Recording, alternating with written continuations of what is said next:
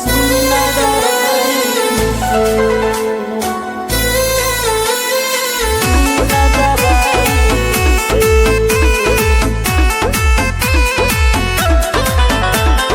दिल बड़े दिल में जब सुना दवाई से।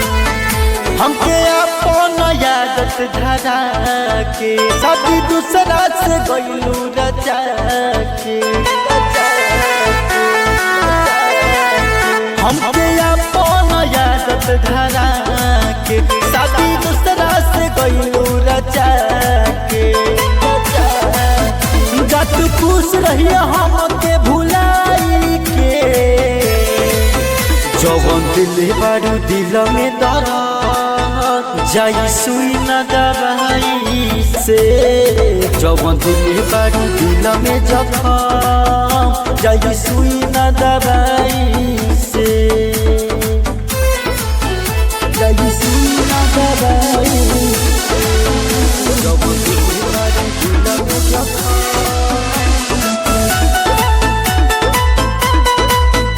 जाई सुई न दवाई से। वादा कोई के हमारा से तू काहे मुहावा मोड़ गइलू, बारू धोखे बाद धोखा हमारा साथे कर गइलू, हमारा साथे कर गइलू। वादा कोई के हमारा से तू काहे मुहावा मोड़ गइलू, बारू धोखे बाद धोखा हमारा साथे कर गइलू। भूल पाइब नहीं तोहर बेवफाई के, जवन दिल बारू दिल में जखम जाई सुई न दवाई से। जवन दिल बारू दिल में जखम जाई सुई न दवाई से, सुई न दवाई से,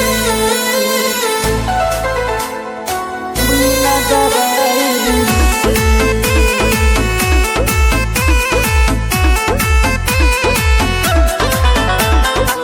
दिल बारू दिल में जखम जाई सुई न दवाई से।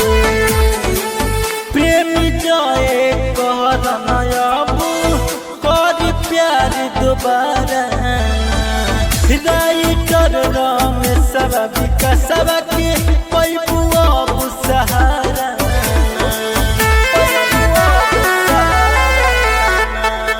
प्रेमी जाए कहरनायाबू कर प्यार दोबारा, राइटर रमेश विकास के पैबू अब सहारा।